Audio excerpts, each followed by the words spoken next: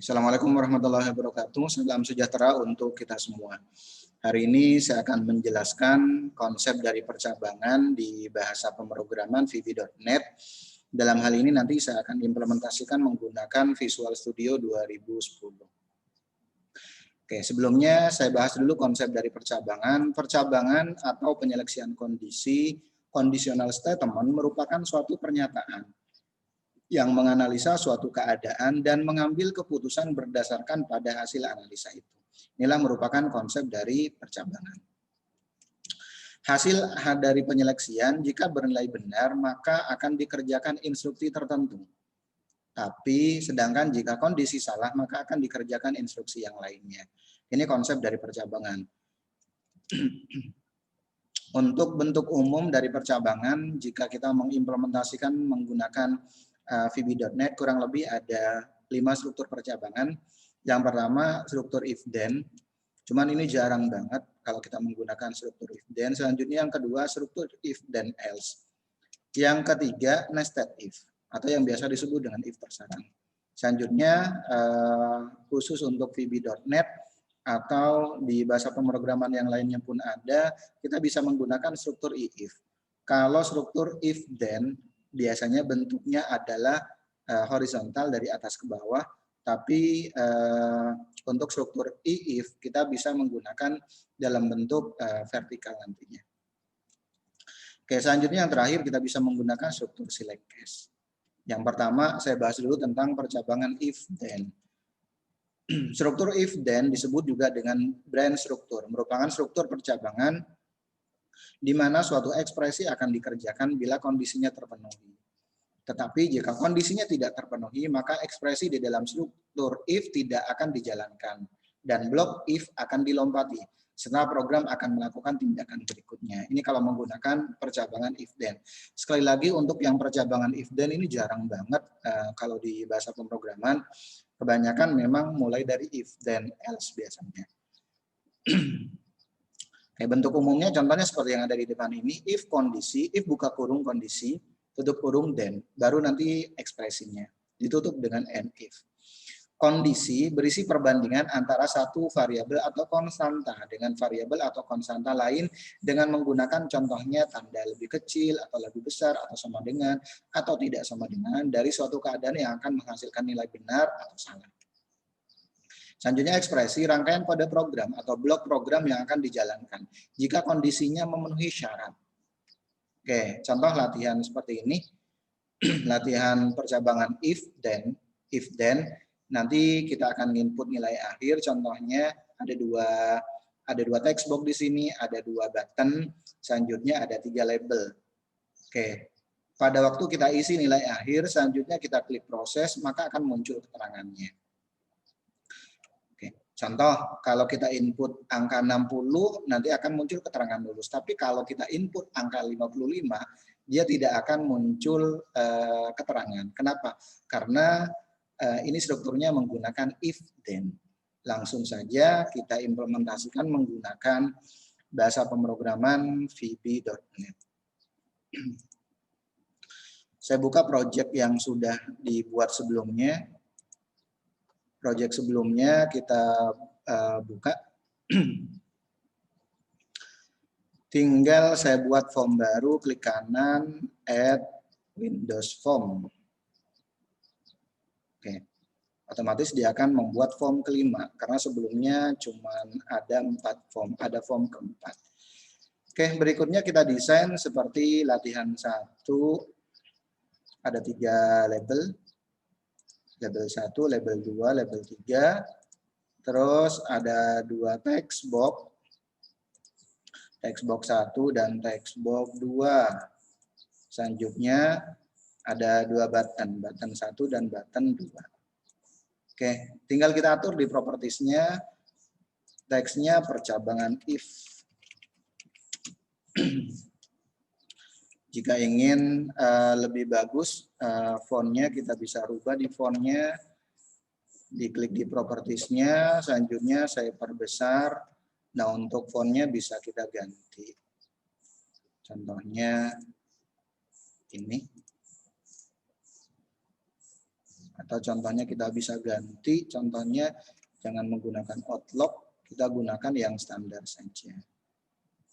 Contohnya Lucida. Oke.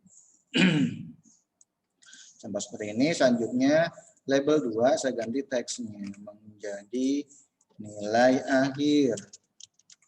Nilai akhir. Nilai akhir. Selanjutnya label 3 saya ganti keterangan. Terus button 1 ini proses name-nya saya ganti BT proses. Yang berikutnya button 2 name-nya BT keluar. Teksnya saya ganti keluar.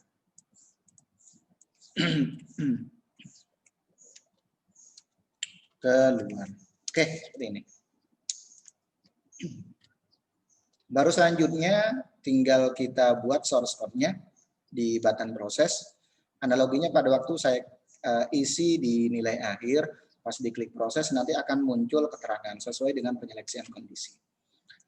Berarti kita langsung buat source code di button proses, langsung menggunakan source code, contohnya if textbox 1.text lebih besar, contohnya kalau nilainya lebih besar atau sama dengan 60, then nanti keterangan akan muncul, contohnya di textbox 2, contohnya textbox 2.text akan munculkan lulus.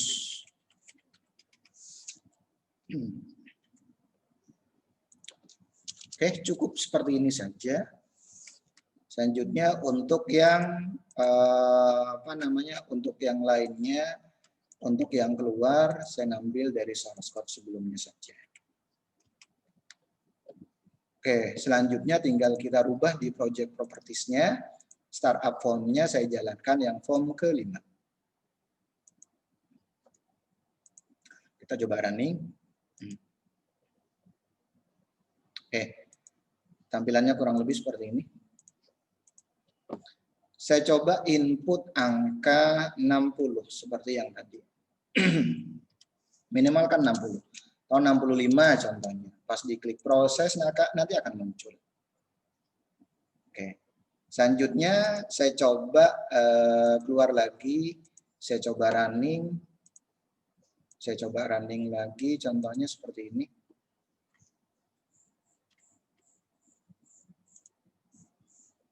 Oke, ini tampilannya. Kita input contohnya angka 50. Pas diklik proses, dia kan nggak akan muncul. Kenapa? Karena dia menggunakan percabangan if then. Berarti yang akan dia kerjakan adalah dia akan menyeleksi yang pertama dulu. Akan menyeleksi statement pertama, kalau memang terpenuhi, maka nanti akan dikerjakan. Tapi kalau tidak terpenuhi, dia akan diam. Ini konsep untuk yang percabangan if then. Cuman sekali lagi memang agak jarang kalau kita menggunakan yang if then. Saya lanjut ke berikutnya, percabangan yang kedua, kita menggunakan struktur if then else. Oke, struktur if then else atau percabangan if then else disebut juga dengan selection structure, merupakan struktur percabangan di mana suatu ekspresi akan dikerjakan bila kondisi terpenuhi. Tetapi jika kondisinya tidak terpenuhi, maka ekspresi yang lainnya yang akan dikerjakan. Berarti ada dua pilihan, ya atau tidak, kan kasarnya seperti itu. Atau contohnya lulus atau tidak lulus. Kurang lebih konsepnya seperti ini untuk bentuk umumnya. If kondisi, then ekspresi 1. Kalau memang terpenuhi kondisinya, yang akan dijalankan adalah ekspresi 1. Tapi kalau kondisinya tidak terpenuhi, maka yang akan dijalankan adalah ekspresi kedua. Kondisi berisi perbandingan antara satu variabel konstanta dengan variabel atau konstanta lain dengan menggunakan tanda lebih kecil atau lebih besar atau sama dengan, tidak sama dengan dari suatu keadaan yang akan menghasilkan nilai benar atau salah. Oke, ekspresi 1 rangkaian kode program atau blok program yang akan dijalankan jika kondisinya bernilai benar, dalam artian memenuhi syarat. Ekspresi 2 rangkaian kode program atau blok program yang akan dijalankan jika kondisi bernilai salah. Berarti yang ekspresi 1 akan dikerjakan bila kondisi bernilai true atau benar, tapi kalau yang ekspresi 2 akan dijalankan jika kondisi bernilai salah. Oke, hampir sama seperti tadi latihannya, cuman nanti ada sedikit ada sedikit penjelasan yang nanti akan saya jelaskan. Oke, kita buka lagi aplikasinya. Kita buat form baru, klik kanan, add Windows Form. Berarti form ke-6 sekarang. Oke, kita ambil aja desain dari yang sebelumnya. Kita copy, selanjutnya kita masukkan ke desain yang berikutnya. Oke, berarti ini masuknya percabangan if then else. Kita rubah di teksnya, if then else. Oke, seperti ini. Oke.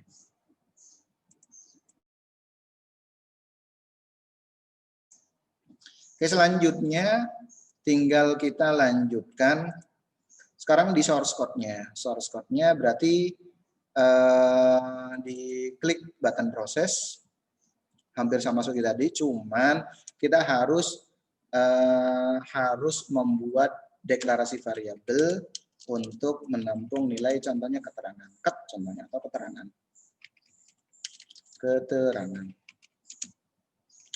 String.